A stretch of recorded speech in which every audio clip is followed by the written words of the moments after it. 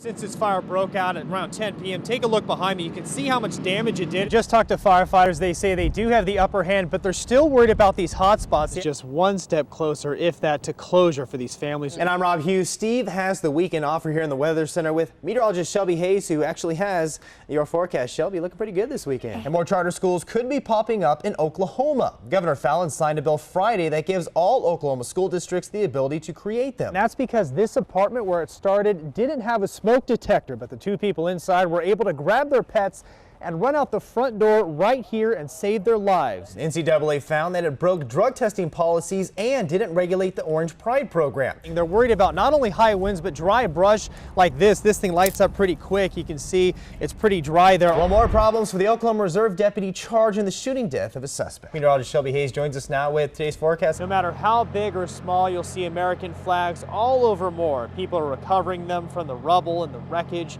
and they're putting them up like that one to show unity and strength in a time of loss. It's just one more thing that Oklahoma and the world is doing to let everybody know they will overcome. May I take you now to KOCO's Rob Hughes, who's joining us in southeast of Oklahoma City, where apparently a tornado touched down and it wiped out a hotel, which is right behind him. My word, was anybody injured there? Nobody was injured, Robin, in the hotel behind me, but there's actually an RV park next door. They made 1,000 of these shirts within the first day and a half after the game, and come Christmas, they plan on making a whole lot more.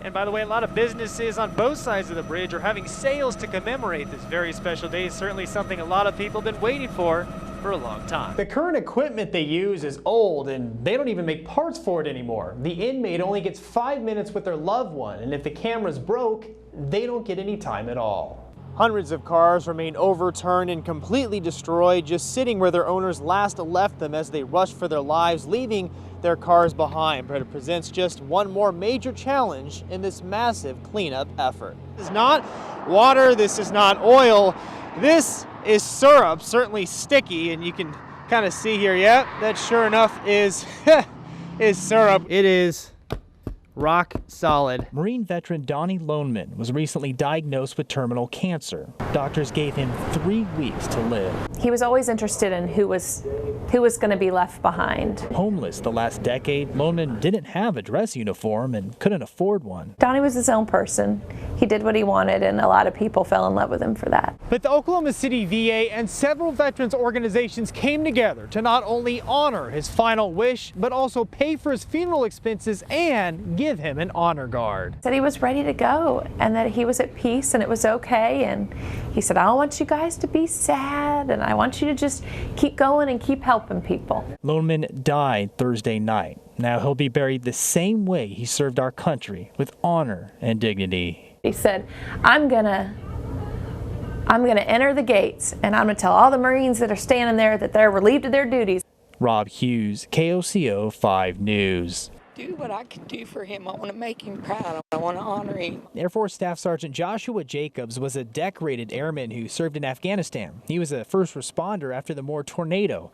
Josh died in an accident last year. He would have turned 25 this Halloween. He had a grieving mother here, a grieving family. The family says Arlington Memory Gardens in Oklahoma City threw everything away on Josh's gravesite last month, including a Bible and letters his nieces and nephews wrote him that were inside the vase. This is all I got to do for my son anymore. It's the only thing left that I can do for him.